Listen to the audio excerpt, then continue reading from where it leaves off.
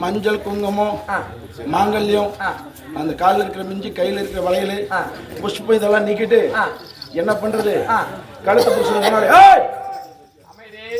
கழுத்து புருஷன் போனாலும் வயிற்று புருஷன் இருக்கிறாங்களே அதில் வச்சு வாழ்க்கையை ஓட்டணும்னு சொல்லிட்டு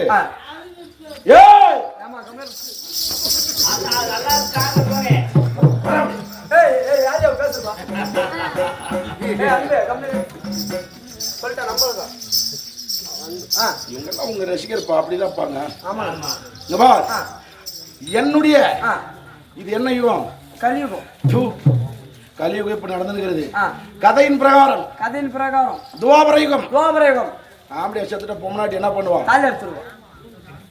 தாலி அறுக்க மாட்டா, ஒண்ணு அறுக்க மாட்டா.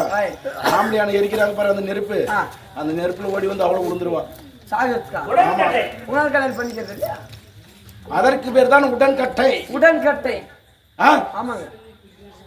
புருஷன் செத்து வச்ச உடனே அந்த கட்டையெல்லாம் அடிக்க எரிக்கிறாங்க.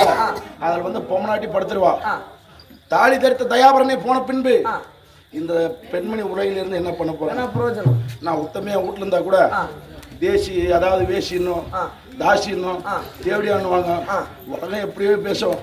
இந்த அவச்சொல்லுக்கு ஆளாக வேண்டாம். யார் பெற்ற புண்ணியமானோ நீ, உன்னை மாலையிட்டு நான் புண்ணியவதி ஆகிவிட்டேன், புண்ணியத்தோடு சேரட்டும், இந்த பூலை விட்டு நம்ம போயிடலாம் அப்படின்னு வந்து 2 பேரும் செத்துருவாங்க. அப்புறம் எங்க நீ என் பொண்டாட்டியை வச்சுக்கிறது?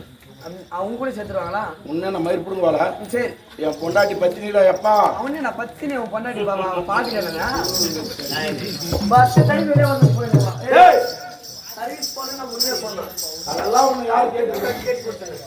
இப்படி சமணாபுரி தென் திசையிலே செம்மையுடன் ஆட்சி செய்து வந்த பொழுதும், நாங்கள் நீதி வாய்ந்த அரசர்களாக இருந்த பொழுதும், ஆனா என்னுடைய ஆட்சி முறை இப்படி சொல்லிவிட்டேனே, என்னுடைய திரேகம் எப்படி இருக்கிறது? எப்படி வா சொல்றேன்.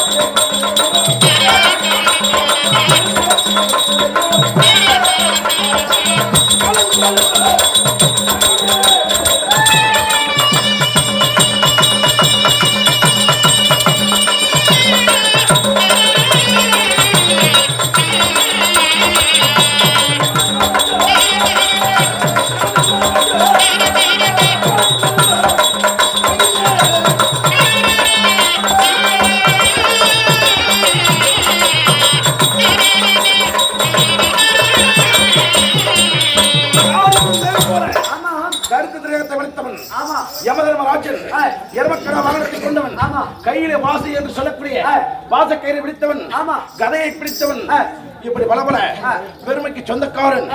இதெல்லாம் எப்படி வந்தது? எப்படி ஆதினாலே வரித்த தேவர் சபை கூடியது. அந்த தேவர் சபையில ஒரு பெண்மணியாகப்பட்டவர் ஓடி வந்து எழுதுகிறாளாம். என்ன காரணம்?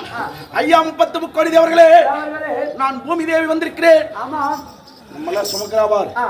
இந்த பெண்மணியாகப்பட்டவர் கண்ணீர் விட்டு எழுதுகிறாள். சபையில இருந்து கேட்கிறார்கள், ஏம்மா சபையில ஒரு பெண்மணி அழுவுறே, இது எங்கள் சபைக்கு அவமானம். ஐயா, முதலில் என்னை மன்னிக்க வேண்டும். பிரம்மதேவனாகப்பட்டவர் படைக்கப்பட்ட தொழிலை படைத்துக் கொண்டே இருக்கிறார். உலகில் நல்லவர் இருந்தா சுமக்கலாம், கெட்டவங்க பாதி இருக்கிறாங்க, நல்லவர்கள் பாதி இருக்கிறார்கள். நாள்பட பூமி பாரம் பெருத்துக் கொண்டே போகிறது. என்னால் இந்த சுமையை தாங்க முடியவில்லை. அப்பதான் பார்த்தாங்க, இதை அழிக்க வேண்டுமானால் இதற்கென்று ஒரு கடவுளை நியமிக்க வேண்டும். கடவுள்? ஆமா. சூரியபுத்திரன் யமதர்மனை கூட்டார்கள். நான் ஓட்டமாக சென்று வணங்கி நின்றேன். வணங்கி நிற்கக்கூடிய வேளையிலே, சூரிய தேவனே, சித்திரகுப்தன் என்று சொல்லக்கூடிய ஒரு மந்திரி இருக்கிறான். ஆதி நாளிலே அலைக்கடலை கடையும் பொழுது பிரம்மச்சுவடியாக வந்தது.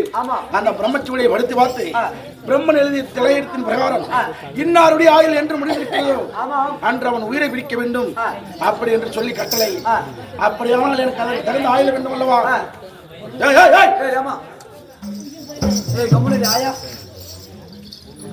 சும்மா போய் உயிரை பிடிக்க முடியுமா?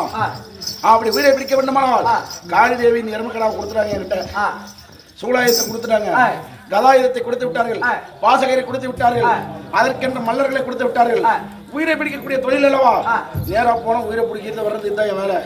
ஒரு நாள் தவறு செய்து விட்டு, அதாவது மிருகண்ட ரிஷிக்கும் ஞானச்சந்திர அம்மையாருக்கும் பிள்ளையாக பிறந்தவன் மார்க்கண்டேயன் பரமக்கடவுள் கொடுத்த வரத்தின் பிரகாரம் 16 ஆயுள் அவனுக்கு 16 முடிந்தது. சித்திரகுப்தன் சொல்லுகிறான், ஐயா இன்றைய தினத்திலே மார்க்கண்டேயனுக்கு ஆயுள் முடிந்திருக்கிறது, அவன் உயிரை பிடிக்க வேண்டும் என்று சொன்ன உடனே முதலாக தூதர்களை அனுப்பினேன். அவன் என்ன சொல்லிட்டான்? என்னை வளைத்தவன் சிவன், சிவன் இருக்க இவன் எவன் என்னை அழைக்க மறுத்து பேசினான். இங்கே கோபம் வந்துருச்சு எனக்கு. எடுத்துட்டேன் என் வண்டி. என்ன வண்டி? எருமக்கடா. எருமேக்கடா பாரா சும்மா பறக்குது எருமை எனது கோபத்துல. ஓஹோ, எங்க செல்கிறேன்? எங்க? திருக்கடையூர் என்று சொல்லக்கூடிய இடம். திருக்கடையூர். அங்க இந்த மார்கண்டேயனாகப்பட்டவன் லிங்க வடிவத்தை ஏற்படுத்தி விட்டான். ஆமா. சிவ பூஜையில் இருக்கிறான். நான் ஒரு முறைக்கு பல முறை சொல்லி பார்க்கிறேன். வர மறுத்தான். ஆத்திரம் வந்தது. எடுத்தேன் வாசகரை வீசினேன் அவன் மீது. அவன் ஓடி போய் அந்த லிங்கத்தை கட்டி பிடிச்சுக்கிறான். கயிறு போய் எங்க விழும்? லிங்கத்து மேலே விழும். லிங்கத்தின் மீது விழுந்தது பார். சிவபெருமான் திடீர் என்று பிரவேசித்து என் வலது துடை மீது எட்டி உதைத்து விட்டான். ரத்தம் பீறிட்டு போகுது.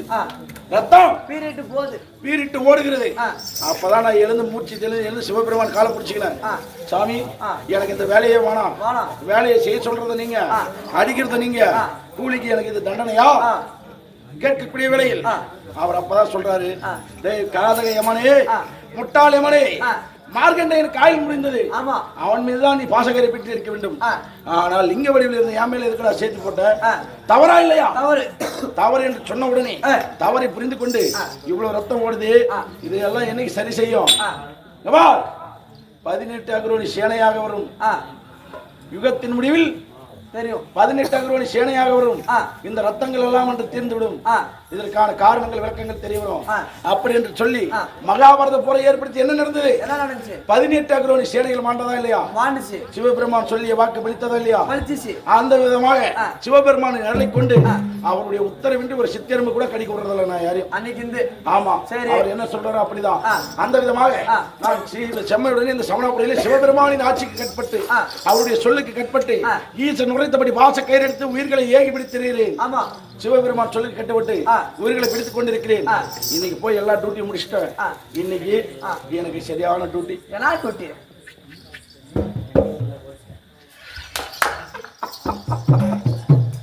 ரொம்ப நாள் ஆச்சு. என் பொண்டாட்டி கால் கட்ட வரல பார்த்து என் பொண்டாட்டி பத்தினி. உன் பொண்டாட்டி பத்தினி? பத்தினி நீ பத்தினி, அவ படா பத்தினி.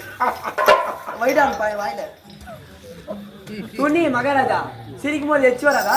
யாரு என் பொண்டாட்டி? அவதான். யாரு? வெளியே வந்து போனாங்க. சுவாலா. அவளே சுவாலா. கற்பில் சிறந்த மங்கை. மங்கை. கண்ணனுக்கு தங்கை. தங்கை. என் பொண்டாட்டி. உன் பொண்டாட்டி சுவாலா. சுவாலா. அவ எல்லாத்துக்கும் ரெடியாக்குவான்.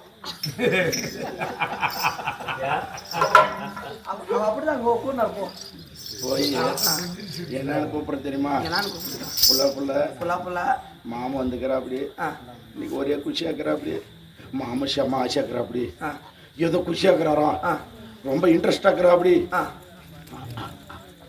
அப்படி இப்படி நான் சொல்லி கூட்டின்னு வரேன். எந்த நல்லா எடுத்து காட்டுறேன் உனக்கு. நான் காட்டிட்டு தான் கூட்டின்னு வருவோம். இப்ப என்ன வேலை?